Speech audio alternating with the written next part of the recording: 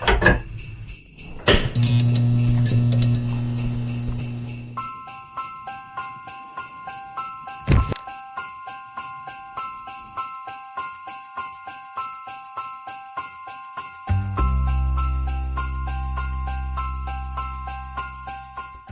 for three. Wow! Uncle Drew strikes again! Christmas Day 2018 was a great snapshot of how weird the 2019 Celtics felt. Boston entered the season with title contender expectations because the year before, they made a deep run without Kyrie or Gordon Hayward. Entering a new campaign with both healthy, naturally everyone assumed the story would continue. Though here early in the season, the reality was already much messier. A rough patch by late November provided more questions than answers, including a stretch where they dropped 7 of 10, and the vibe around the team was already getting tense. Headed into Christmas, their record had rebounded to 19-13, providing some hope they'd find footing the rest of the way through. Meanwhile, Philly came in at 22-12, fresh off smashing Toronto a few days earlier, albeit without Kawhi, though the bigger news was how they'd acquired Jimmy Butler since losing to Boston on opening night. As Philly now looked like official Eastern contenders, the setup was perfect, especially considering their previous playoff duel. Kyrie came out blazing with 16 points in the first, a solid foreshadow of things to come. Philly then returned the favor, ripping off a 15-2 run in the third quarter on 60% shooting and carried a slim 3-point lead into the fourth. Fun fact, Philly's bench scored 0 points in the entire first half, subtly pointing to the lack of depth they'd face later in the years for such a powerful starting five.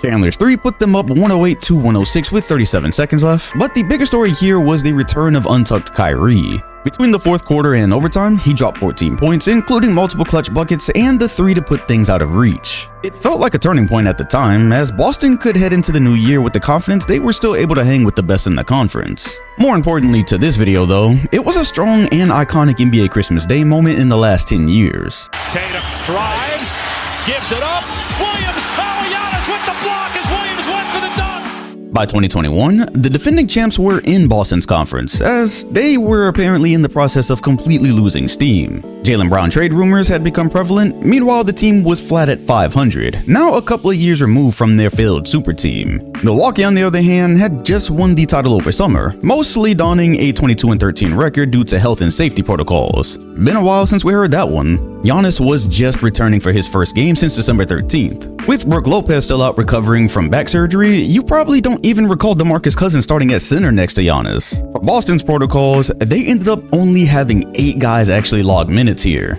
In accordance, Jaylen Brown scored 14 in the first, with their lead growing as large as 19 early in the second. Giannis looked rusty, and the Celtics answered all runs, maintaining relative control until around the fourth, of course. The Finals MVP seemingly whipped back into form in real time, scoring 29 of his 36 in the second half alone. We'd go on to see Boston leads of this sort evaporate multiple times over the coming years. Finally, with 30 seconds remaining, Wesley Matthews nailed a 3 to take a 1-point lead, their first of the night overall. It was his first ever Christmas home game, mere days after his grandmother had passed. To cap it all off, Giannis made a superstar defensive play similar to the one that just helped secure a title months earlier. The block had been a sign of the times. He and his crew rising via superhuman plays many teams just didn't have an answer for, while the Celtics continued to disappoint with a group who felt overdue for bigger things by now. It looked exactly how it felt, only nobody knew how far the energy would shift just months later. Alley-oop to Claxton, he throws it down, and the foul.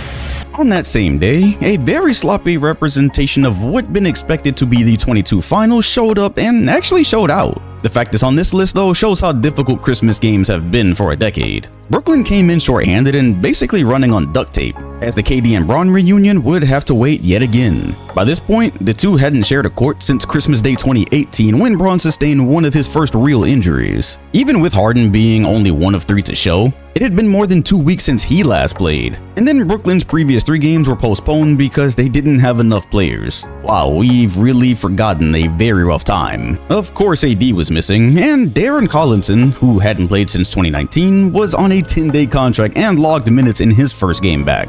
Despite both teams being slapped together with anything they could find, it turned into a real classic.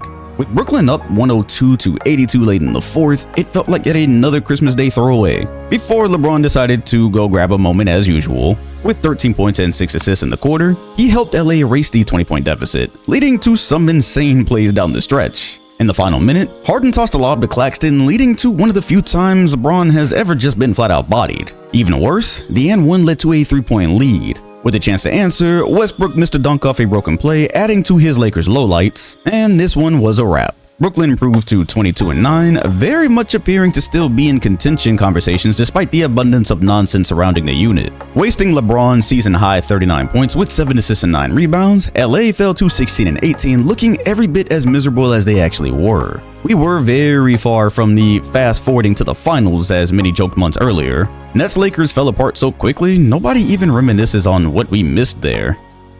Anthony Towns now in double figures. Well, Wembanyama connects on a deep three. Yes, the first of hopefully many Wembanyama Christmas Day spectacles. With New York sitting at 19-10 while riding a 4-game win streak, they were a bit more serious of a team than San Antonio, who were basically 500, but nobody cared. This was Wemby's first Christmas Day game and first chance to put on a legendary performance in the Garden, as so many past greats have. That he did.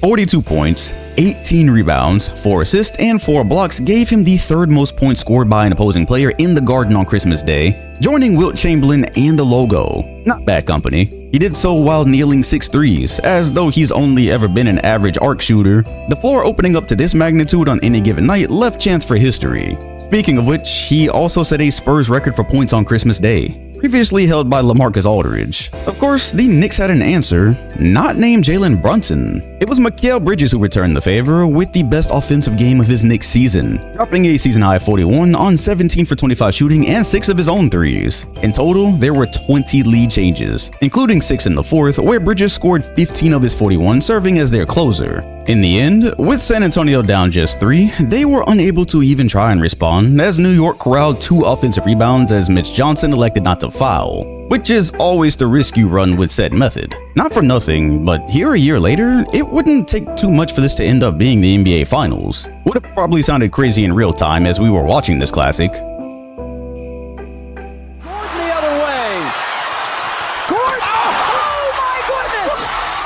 If you stayed up for the 10:30 p.m. nightcap during Christmas Day 2022, you got a banger, while witnessing one of the greatest highlights of this decade. Phoenix was now a year removed from having made the finals, then suffering Luka's humiliation, while Denver, who they'd beaten on the way to the 21 finals, was getting their first healthy chance to go on to make one themselves. Unfortunately, for the conversation of this being a playoff preview, Devin Booker tried to return from a groin injury, lasting exactly 4 minutes and 20 seconds. With the Suns now having to manufacture offense out of thin air, Landry Shamet decided it was time for a career night, posting 31 points to go with 7 threes. Meanwhile, Jokic obviously had nothing even close to an equal on the floor, casually dishing out 41, 15, and 15 on 64%.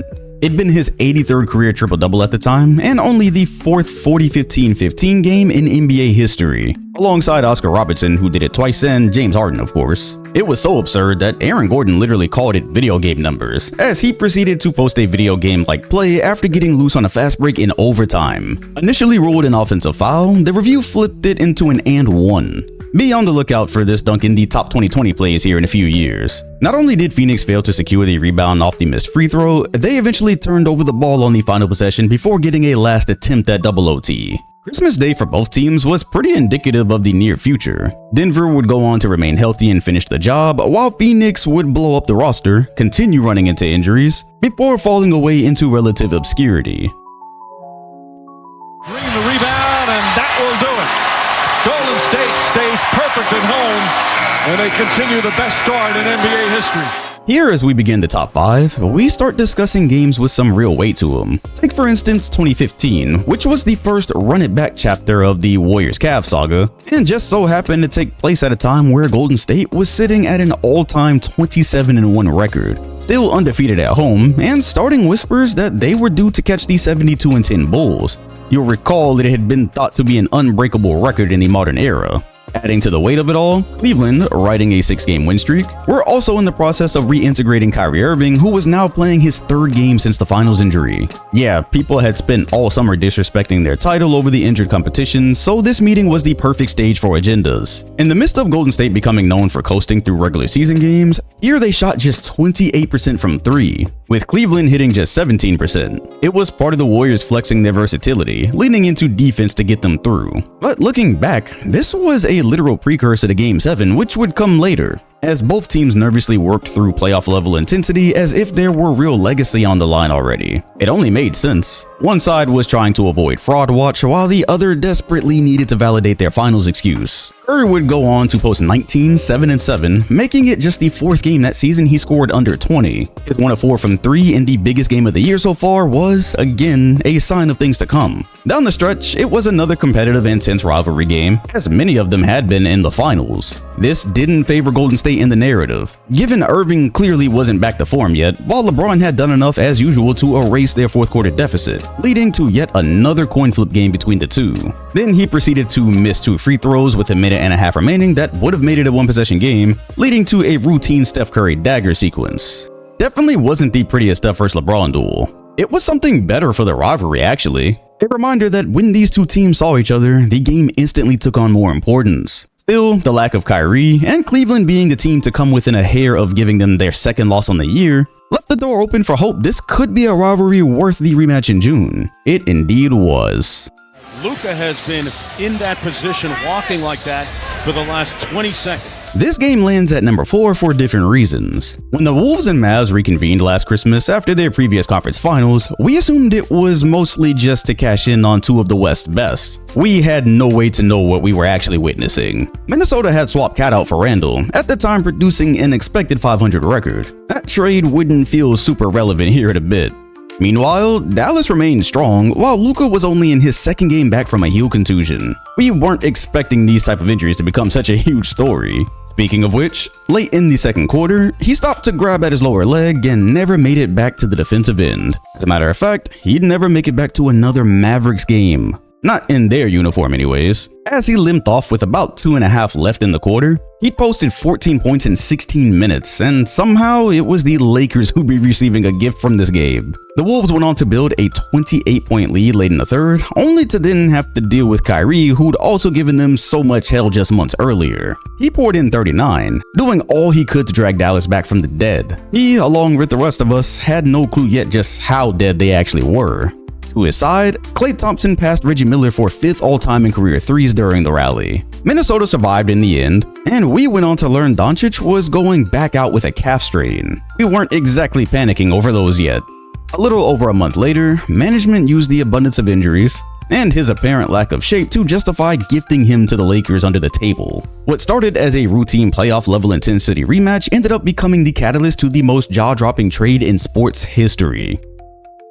Curry gets it back in the corner, heaves up a 3. Oh, he put it in! Steph Curry knocks it down! 1-point game! Nearly 10 years after their other entry on this list, just last Christmas, Steph and LeBron were still showcasing their importance to the product. It was LeBron's 19th Christmas Day game, where by the end of the night, he had also become the all-time leader in Christmas Day wins with 11, passing Dwayne Wade. Steph on the other side would become just the 7th player ever with 11 plus Christmas starts. The history felt a lot like the two's last playoff matchup, where younger stars could have been headlining the news, yet here they still were. As usual, to kick things off, AD would sprain his left ankle late in the 1st quarter and exit for good. No, this was not his last game as a Laker. Stepping in to play the full role as usual, LeBron was aggressive the entire night, finishing with 31 and 10 to match Curry's 38 and 6. In a slight bit of foreshadowing, scaling up a role, Austin Reeves contributed a 26, 10, and 10 triple-double. Here a year later, as LA's timeline moves on, he flat out averages 28 a game. The shot making down the stretch was pure theater. Steph hit a baseline 3 under pressure with 12 seconds left, then later drilled another one from 31 feet with 7 seconds remaining to tie the game, ultimately finishing with 8 on the night that ties the current record for most threes on Christmas Day. Funny enough though, the nightcap came from neither Steph or James. Austin Reeves smoked Andrew Wiggins on a drive to seal it, as Golden State only had time to respond with a heave which very nearly drew iron. What a picture that would have been. The two giants of the game had once again delivered. 21 years after LeBron's Christmas debut, and a near decade since his rivalry began with Steph, they drew over 8 million viewers, making it both the most watched regular season and Christmas Day game in 5 years. Whether or not we ever get another meaningful match with stakes on the line between them, their stamp on an era may be unlike any other. James, step back, knocked out of his hands, deflected out of bounds. 3.4 remaining. The Battle of LA truly might have peaked here. For one of the rare times we'd ever see it, two teams sharing the same building who both believed they were built to win the title got to square off. On Christmas nonetheless, the league was fully dipping into the hype. The Clippers had already taken the opening night duel without Paul George in attendance. Here, with elite records, they'd get a much more complete picture of how a playoff matchup could turn out. The Lakers took a double-digit lead into the half, getting huge contribution from Kyle Kuzma, who they sorely missed in the first game. He dropped 15 first-quarter points, leading up to his game total of 25. Then, as a team, they went ice cold from deep in the third, shooting just 1 of 10, allowing Kawhi's crew back in to tie it. Fresh off a title 6 months earlier, he was still in rare form, putting in a very polished 35 points to go with 12 rebounds and 5 assists, most importantly dropping 11 in the fourth. Rarely remembered, Kuzma's trainer took to social media after the game to share how he thought Leonard worked harder than LeBron, and something along the lines of Bron being scared of him. Super questionable behavior when you know your client shares a locker room with the guy. Remember, 2019 was peak Kawhi bag talk. Back to basket game, counters. He was passing the eye test better than at any point of his career so far. Here, it'd go on to make him the Clippers franchise leader for points on Christmas Day, while joining Scottie Pippen and Oscar Robertson as the only players to post 35, 10, and 5 on the special day. However, the lasting image from that game was Patrick Beverley getting just enough of LeBron's shot to not only block it, but also flip the possession with 3 seconds remaining. It caused a ton of controversy as people began arguing games shouldn't be called this way. But regardless, Bev would finally get the best of him, setting the tone headed into the new year as the series was now 2-0 in their favor. Kawhi delivered, the Lakers collapsed late, and we had zero clue what was waiting on the other side of the new year. Here comes Irving, drives on Thompson. Irving spins, puts up the shot. It's good! Kyrie Irving with 3.4 remaining. People generally remember 2016 as a special year all around, but especially in the league. Christmas Day here provided the spiciest possible sequel to a finals that already felt like a myth. After the 3-1 spectacle, Golden State again went on to do the unthinkable by employing Kevin Durant, instantly transforming into an unbeatable juggernaut most could just assume was an impending loss on the schedule. Yet, for this split second in time, before we knew for sure how wide the gap was, the rivalry wouldn't seem totally ruined. On that note, Cleveland, though clearly fighting against gravity now, reportedly left a door propped open near the Warriors' locker room so they'd have to walk past a huge photo of LeBron's Game 7 block, edited with a championship ring on his finger. A+ trolling for one of the more painful moments a franchise has ever experienced. As this one progressed, the Warriors looked like the more stable team for most of the afternoon, as their added weapon in Durant was the best scorer on the floor. He finished with 36, confirming the proof of concept that they now had a legitimate second option to fight fire with. Then things simply started feeling like deja vu. At the top of the fourth, it was all going as expected with Cleveland down 14, and the new look super team was cruising to victory over a unit they'd caught hell with just months earlier. Though the entire roster at the time, including Durant, were fighting choking allegations. The following events did nothing to help. LeBron, continuing his streak of dominance, posted 31 points and a season-high 13 rebounds, while Kyrie pitched in with 25 and 10.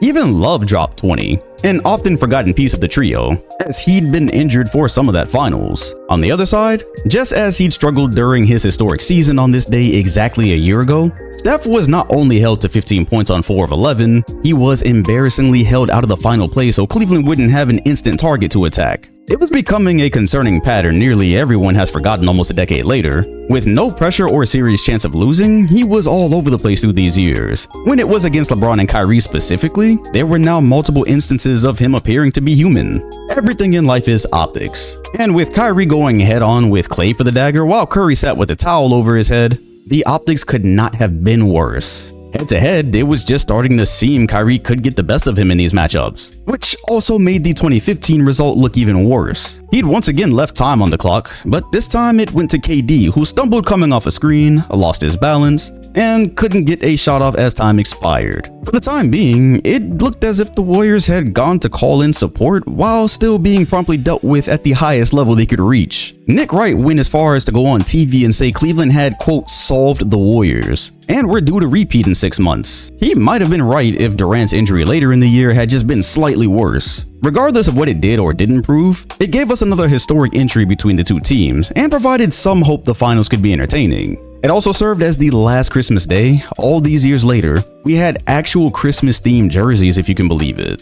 Further proof of how much that type of attention to detail matters in terms of branding. I think the jerseys added to the experience. You can instantly look at that Kyrie photo and know exactly when it's from, where it's from, what the moment was, and the fact it followed up yet another heartbreaking dagger.